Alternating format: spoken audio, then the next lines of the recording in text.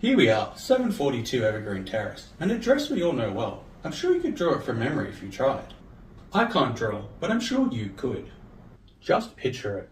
You open the front door into the foyer, with the stairs going up to the bedrooms, and the living room is on your left, the one with the big open fireplace and the piano. Then, you go forwards into the TV room. This is where the couch gags happen, and where the door to the backyard is. That then leads through into the kitchen, with the stylish corncob curtains over the view into the backyard, and with the round breakfast table. Then, forwards once more into the main dining room with the long dinner table, and then, finally, back out into the foyer again. Pretty simple layout, right? We've spent countless hours in all these rooms over the years, and we know them well, as we've watched their stories get told and their lives unfold. But how do we get to the basement? Whose bedroom is this? And do the Simpsons have a downstairs bathroom?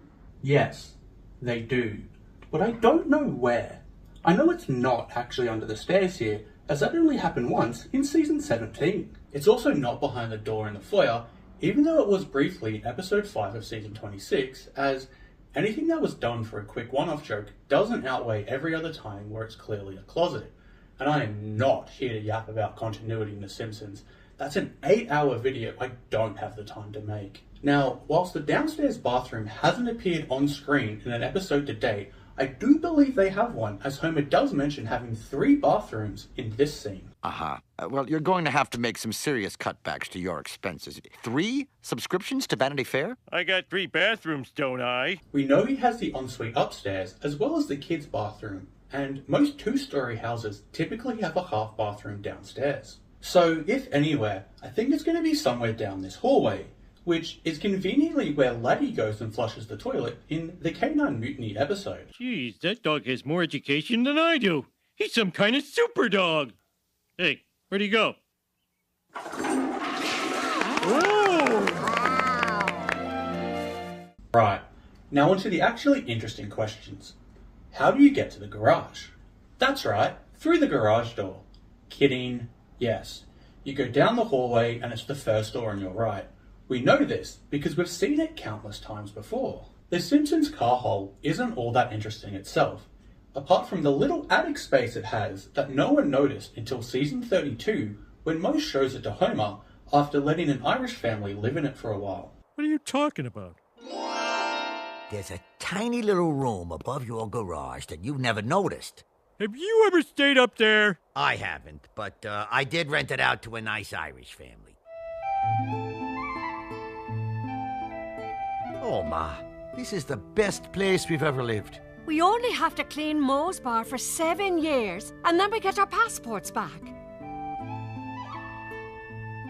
We'd get a few scenes in here over the years, often with story-relevant items and the occasional odd junk laying around in the background. Speaking of odd junk, how do we get to the basement from here? Is it A, behind this door in the foyer, or B, down the hardly ever seen hallway? That's right, both are correct. Kind of. Whilst it is most often shown as being a closet, the basement can occasionally be seen as behind this door.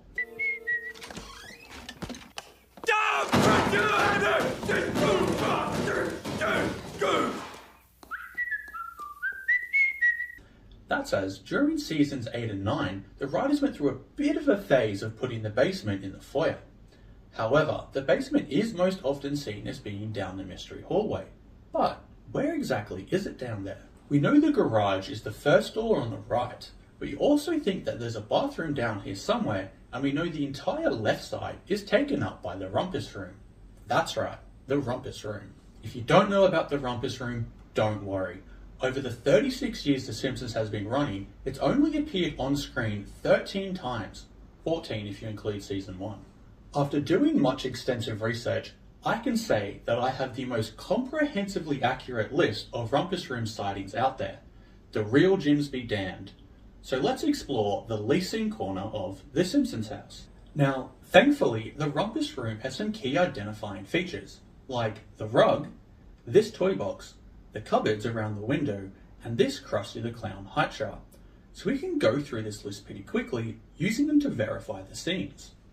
I believe the Rumpus Room did appear in Season 1 during Bart the General, as you can see the chart and the toy box in the background.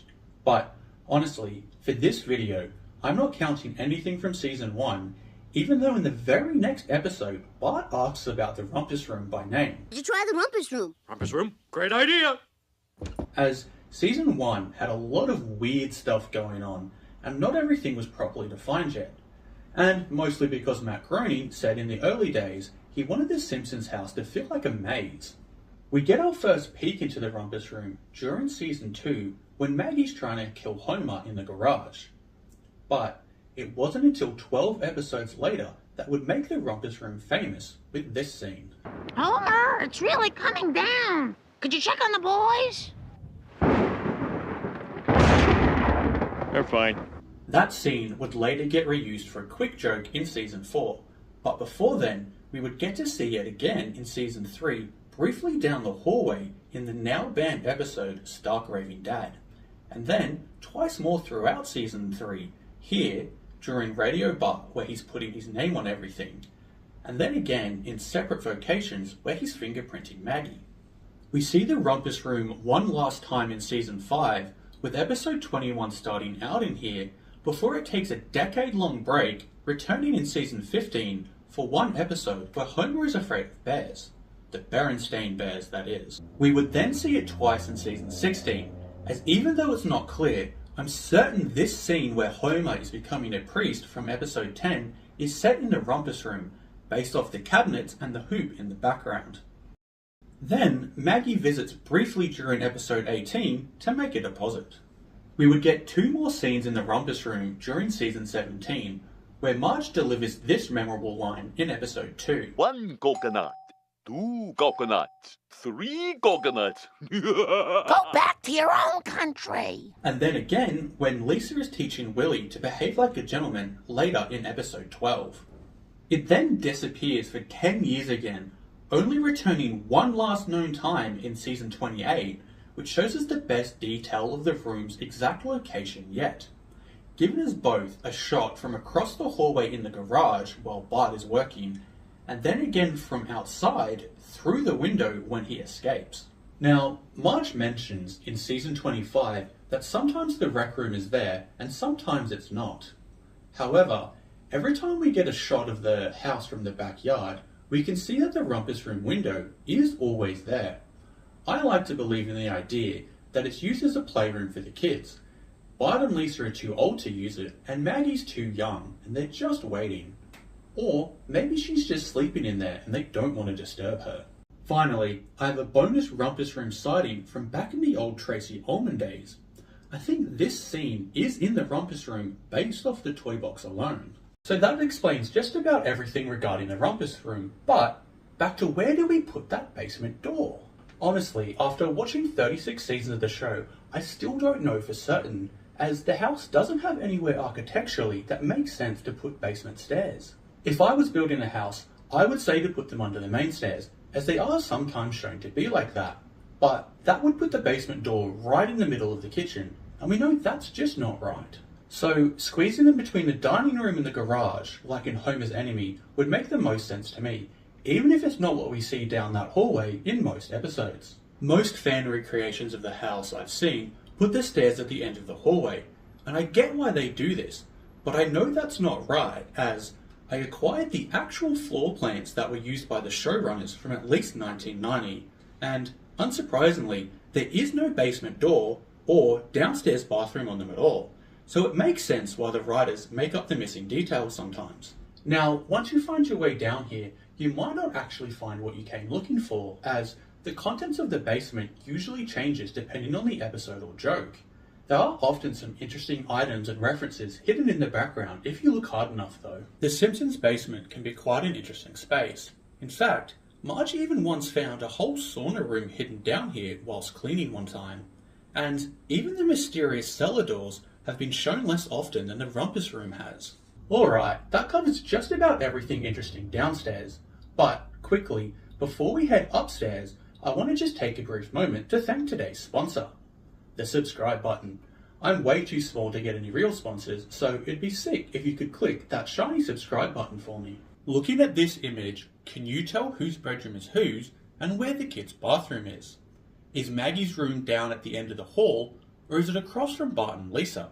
Well, looking at the original floor plans once again, we can see that the official layout is supposed to be like this, with Homer and Marge on the left, Lisa next to them, Bart next to her, and Maggie is at the end of the hall, and most of the time that is what we see it as. However, the layout of the bedrooms change depending on what the joke is, or what they need the characters to do in the scene. Maggie's room and the bathroom are the most commonly swapped around, as we don't often need these rooms for the story. I just imagine they're behind whatever door we can't see at the time. Bart and Lisa's rooms swap around less often, but still happens. For example, Lisa wants to get rid of her Malibu Stacy toys. She gets the room at the front of the house. Need Bart to see that he's running late and missing the school bus, or watch what's going on in the front yard?